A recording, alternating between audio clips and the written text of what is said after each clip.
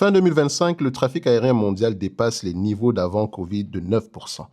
Les compagnies aériennes font le plein.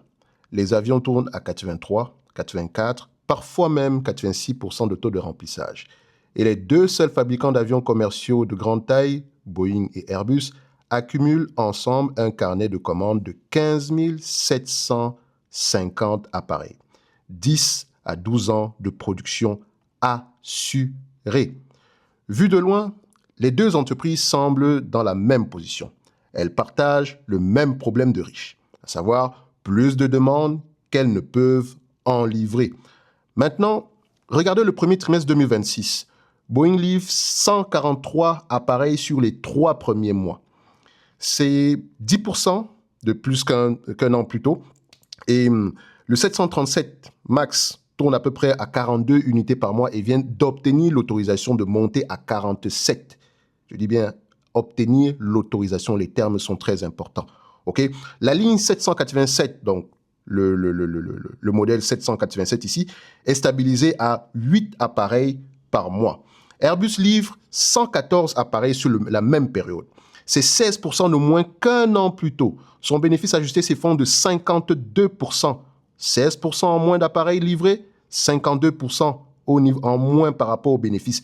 Et son PDG, Guillaume Faury, choisit de dire publiquement face à la presse en conférence call ici, okay, que la société souffre. Même secteur, même demande record, carnet de commandes qui se ressemblent, résultats qui n'ont rien à voir. Ce contraste n'est pas une anomalie trimestrielle, c'est une démonstration de ce que les chiffres de surface ne peuvent pas vous apprendre. Avant d'aller plus loin, revenons à la base. Comment Boeing et Airbus gagnent-ils leur argent?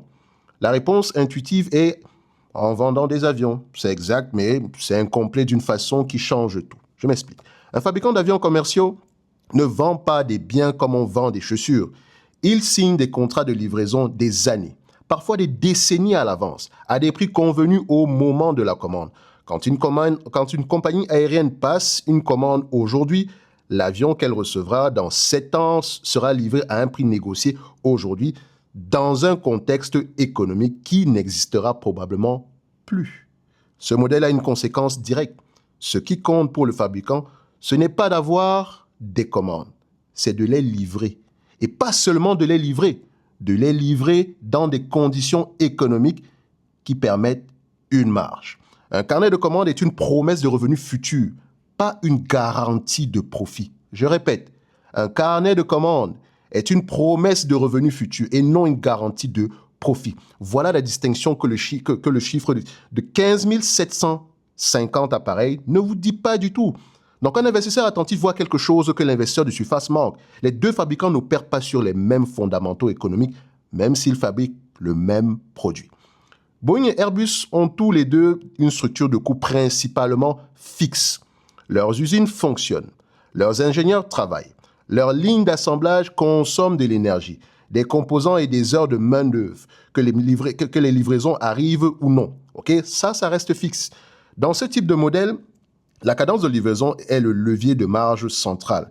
Quand vous livrez beaucoup, vos coûts fixes se répartissent sur davantage d'unités et votre marge par avion s'améliore.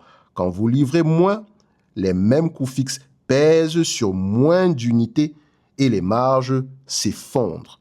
Même pas baisser, hein, elles s'effondrent littéralement, comme vous l'avez vu avec Airbus. Airbus avait ciblé une cadence de 75 à 320 par mois. C'est l'objectif sur lequel toute la structure de coûts de l'entreprise est dimensionnée. Or, en ce moment, Airbus livre bien en dessous de cette cible.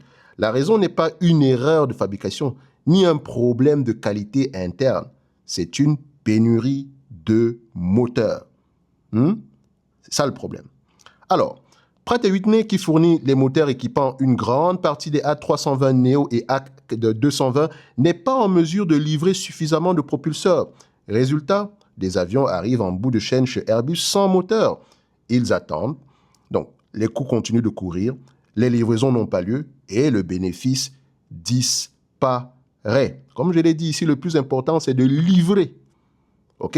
Sinon, s'il n'y a pas de moteur d'avion, qu'est-ce qu'on a? On a des planeurs. Point à la ligne. OK? Et donc, C'est là que le contraste avec Boeing devient révélateur. Pourquoi? Parce que Boeing vit depuis plusieurs années la situation inverse sur le plan opérationnel. Ces problèmes venaient de l'intérieur. Je pense qu'on en a déjà parlé dans une autre analyse il y a très longtemps. Okay? La crise de qualité de 2024, les grèves, les défauts de production qui ont obligé la FAA à limiter les cadences, Boeing ne contrôlait pas ce qu'il fabriquait. Airbus, aujourd'hui, ne contrôle pas ce que ses fournisseurs lui livrent. Okay? Donc, elle n'a pas la main dessus. Si on en livre 10, ce n'est que ça qu'on peut faire, alors qu'elle a besoin peut-être de 20. Elle ne peut pas changer littéralement de fournisseur. Parce que les avions, c'est très compliqué. Dans le sens où, c'est pas parce que tu ne peux pas me livrer des moteurs que je vais aller chez Y. Non, toute la gamme va être équipée de ce type de moteur. Et c'est comme ça, point à la ligne. Donc, ce sont deux formes différentes de fragilité, mais elles ont le même effet sur les marges. La question que l'analyste rigoureux se pose alors est simple. Dans quelle mesure le modèle économique d'un fabricant d'avions est-il réellement sous son contrôle? La réponse est embarrassante. Un avion commercial, c'est plusieurs milliers de composants. Les moteurs viennent de CFM International ou de Pratt & Whitney. Les systèmes avioniques viennent de Collins Aerospace ou de Thales. Les matériaux composites ont leur propre chaîne. Un avion A320 assemblé à Toulouse dépend de composants fabriqués dans des dizaines de pays. Quand une seule pièce critique manque, la chaîne s'arrête. Ce n'est pas une faiblesse d'organisation, c'est la réalité structurelle du secteur. Et c'est ce que le carnet de commandes de 15 750 appareils ne vous dit pas du tout. Il y a un troisième niveau de lecture que la plupart des investisseurs n'atteignent pas. Et c'est peut-être le plus important. Ces 15 750 appareils représentent des contrats signés à des moments différents, dans des contextes économiques différents, à des prix différents. Certaines commandes dans le carnet de Boeing datent d'avant la crise de 2018. Des commandes dans le carnet d'Airbus ont été signées au pic de la reprise post-Covid, quand les compagnies aériennes étaient prêtes à tout pour sécuriser des appareils. D'autres ont été signés dans des périodes de faiblesse du marché avec des remises que les fabricants préfèrent ne pas détailler.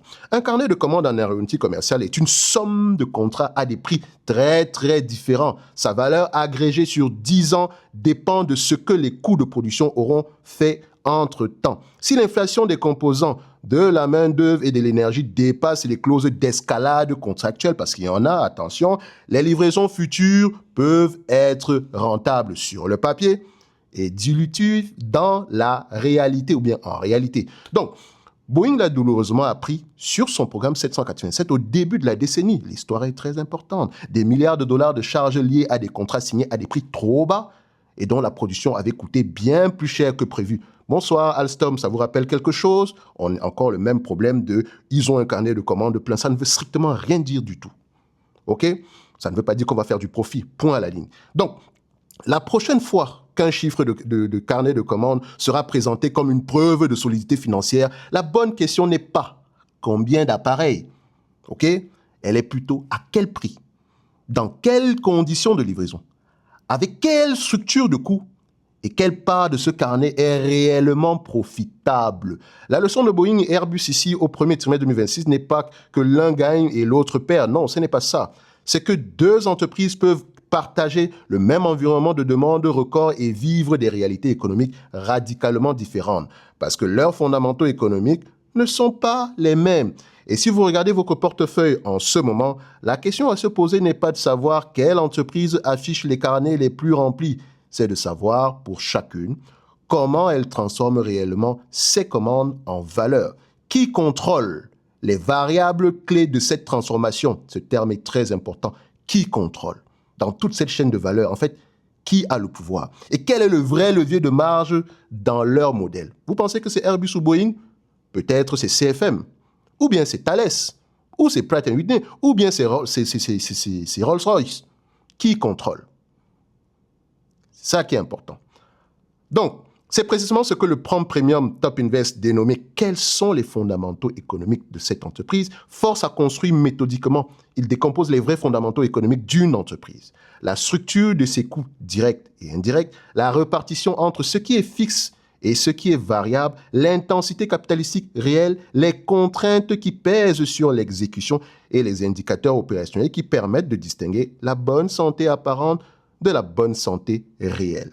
appliqué à Boeing ou Airbus, ce prompt vous force à aller bien au-delà du carnet de commandes pour comprendre si l'entreprise a réellement les moyens de capturer la valeur qu'elle a théoriquement sécurisée. Et si vous voulez aller encore plus loin, vous l'utilisez avec le prompt premium également dénommé « Achètes-tu un cycle ou un pic, au pic de ses bénéfices ?» Achètes-tu un cycle au pic de ses bénéfices? C'est le nom du prompt, ok? Ils sont sous forme de questions dans la bibliothèque de prompt premium, ok? Et je rappelle ici que la bibliothèque en question finance notre projet. Nous avons présentement atteint le palier de 10%, ce qui veut dire qu'il nous manque à peu près encore 90%, donc soit globalement 600 personnes par là. Permettez-nous de gagner du temps. Parce que vous recevez la bibliothèque de prompt aujourd'hui, ainsi que d'autres éléments. De toutes les façons, vous avez une vidéo qui vous explique à peu près c'est quoi le projet, etc. en description de cette vidéo-ci. Si vous avez des questions, rendez-vous dans le groupe School. Donc, le prompt premium, achètes-tu un cycle au pic de ses bénéfices, pose une question que peu d'investisseurs se posent au moment où l'optimisme est maximum. Bonsoir, Micron. Sommes-nous au pic du cycle ou au début d'une phase de croissance durable?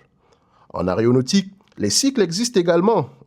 N'oubliez pas ça. Donc, la demande ne monte pas en ligne droite et les carnets de commandes records ont tendance à apparaître exactement au moment où le risque de retournement est le plus difficile à voir.